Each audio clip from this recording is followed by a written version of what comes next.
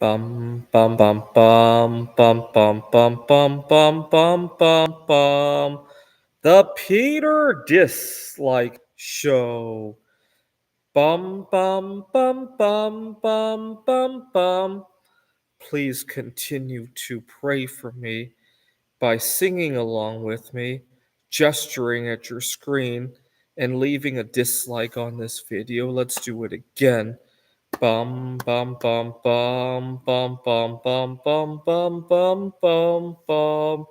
The Peter Dislike Show. Bum bum bum bum bum bum bum. All right, happy Saturday, Sunday morning here in Taipei. Something interesting that I've noticed is that ever since I left for my vacation here in Taiwan, I noticed that I have a lot of background level of stress back home in the United States, to the point that on a good day I might not notice it, but it doesn't take very much to push me over that limit. Ever since my vacation, stressful things have also continued to happen, but the background stress isn't there, right? And so when I get into a disagreement with my roommate, or when I lose my passport, or I have a snafu with internet connection, or I still have some things I need to keep track of back home, or any number of everyday occurrences, they don't push me over the limit anymore, right? I've come to think about what back home is causing me so much stress. The number one thing is probably the driving. I can't think of anything else I do that's nearly as intense as for in terms of the need for attention as I do with driving, right? Even when I was working with the dangerous art projects, that wasn't nearly as bad, I would say, right? So some of my friends say, "Well, you work with molten metals, you work with toxic metals, radioactive stuff." You know what? First of all, I don't do it all the time, right? Even when I was doing that stuff, it wasn't daily. And second, I feel much more in control of that, right? I'm not surrounded by other people's stupidity when I need to focus. Oh, in some ways, I kind of am because a lot of times I live with roommates, right?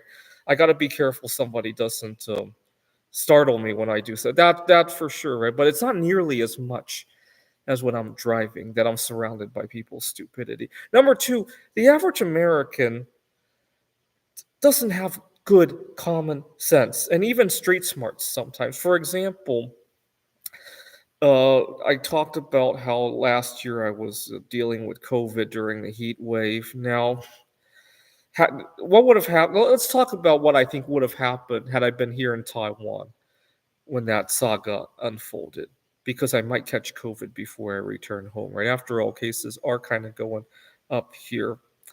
Well, what happened last summer? I was dealing with COVID during the heat wave. First of all, I wouldn't have to drive if I were here in Taiwan, right? It would have been a lot easier for me to. I probably wouldn't have been in such rough shape by the time I made it to the store to get the water or the food or whatever it was. Number two, things are a lot more communal here in Taiwan. I'd be hard pressed to find more than a couple of blocks where you couldn't sit down and eat and drink here in Taiwan. Right. Over in the US, we call that loitering. Here in Taiwan, we call it networking. Right. That's the big difference. Right. Number three, if somebody really did need to remove me, right, it would be more of a let's agree to go somewhere else rather than uh, I need to kick you out, right? Have I been in situations where somebody wanted to remove me here in Taiwan? Probably, right? But it was couched in a way like, "Hey, I got a better place for you, right? I've got a better situation for you, right?" And now the other thing is that, first of all, it's a win-win, right? I end up moving on from wherever, right, when somebody needs to remove me. And second, I feel like I'm going to a better place, right? Number two, the other thing is that I'm constantly on edge, right? Who's gonna say something to me next? Who's going to be upset at something that I do next? that it stifles even good thoughts from me, right? A lot of times I'm so consumed about what somebody is going to say or do next or who's going to bother me next that it's making me not a good problem solver as well. And the problem just propagates, right? That's our society in a nutshell, right? Nobody can be creative anymore because everybody's fending off somebody else's stupidity. When you're constantly worried, um, uh-oh, my internet connection. I hope I'm still connected. My internet kind of cut out for a moment. But what I'm saying is that I'm constantly worried about the next bomb to go off in my life, that I'm not really thinking clearly about how to be the best person I can be. And I suspect that's how a lot of people live in the United States. And it doesn't have to be that way. Why do you think why do you think that the United States has fallen so behind in terms of our education, in terms of life expectancy, in terms of a lot of other metrics, right? Even our GDP per capita is like at the bottom of the first and even the second world right nowadays, right? Why? I think it's because so much energy has to be devoted to diffusing all of these stupid bombs that go off in our society, right? Like somebody barking at you for trying to take care of yourself, right? When you're sick during a heat wave, right? Somebody barking at you for a minor mistake that really could be a beautiful thing, right? It doesn't have to be that way, in my opinion. It really doesn't. Um, and unfortunately, even just 3, 4 weeks here in Taiwan, I feel like a big weight has been lifted off of my shoulder. It's kind of funny. A lot of people back home, there's a lot of discussion about a work-life balance. It's not so much the work-life balance that I need. I actually do love my. I gotta clarify here. I love my work. I hate the overall job, but I actually love my work. I know it sounds kind of weird. What do I mean by that? Well, I teach at a community college. There's nothing that I dislike about the students or the content or the teaching methods. What I really dislike is the facilities. Oftentimes the climate isn't very well. The temperature of the room isn't kept very well, right? I dislike how we don't have somewhere good to sit down to eat near the campus, right? I dislike how uh, speaking of eating, I wish I could be eating at the dining halls at the campus more, networking with people. I can't really afford to do that. At my last contract, I even tried to negotiate to see if I can get a meal plan. And my HR person told me that wasn't feasible. The truth is that the college just isn't being creative, right? How could it not be feasible for them to feed us well and to reinvest in having good networking with the student, right? Dude, this net is cutting out. I hope I'm still being recorded. My internet's cutting in and out. But I dislike the facilities. I dislike the commute. I dislike what I need isn't really a work-life balance anymore. It's a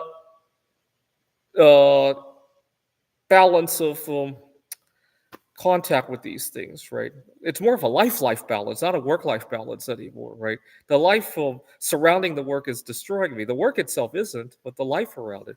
I love my work, but I hate my job, right? And I don't know if that's the right phrase to use for that.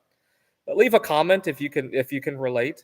You love what you do in terms of the missions of your work, in terms of the core elements of your work, but you hate everything that surrounds it, right? The facilities, the commute, the office politics.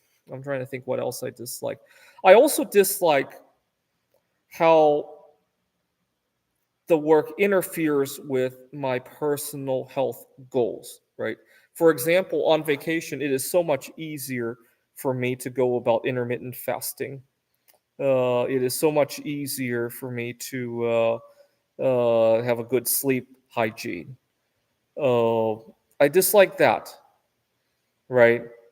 Uh, and so I think It doesn't have to be that way. I think our work lives could look a lot more beautiful if we clean this up a little bit. Unfortunately, good luck getting anybody to understand this, right? Just like how when I tried to negotiate the meal plans at the community college, people looked at me like I had three heads. How can a school logistically not be able to problem solve that, right? I think they're just making excuses, not wanting to think outside the box, or they just rather focus on something else, right? They don't want to think, right? That's the big problem in the US. We just want problems to go away, right? Just like you see somebody who's trying to take care of their own themselves during a pandemic, during a heat wave. You just want that problem to go away rather than think about it, right? That's the flavor I get it a lot of times in the U.S. Right? People just want to bury stuff under the carpet. Here in Taiwan, we actually think beyond just the next couple of minutes, right?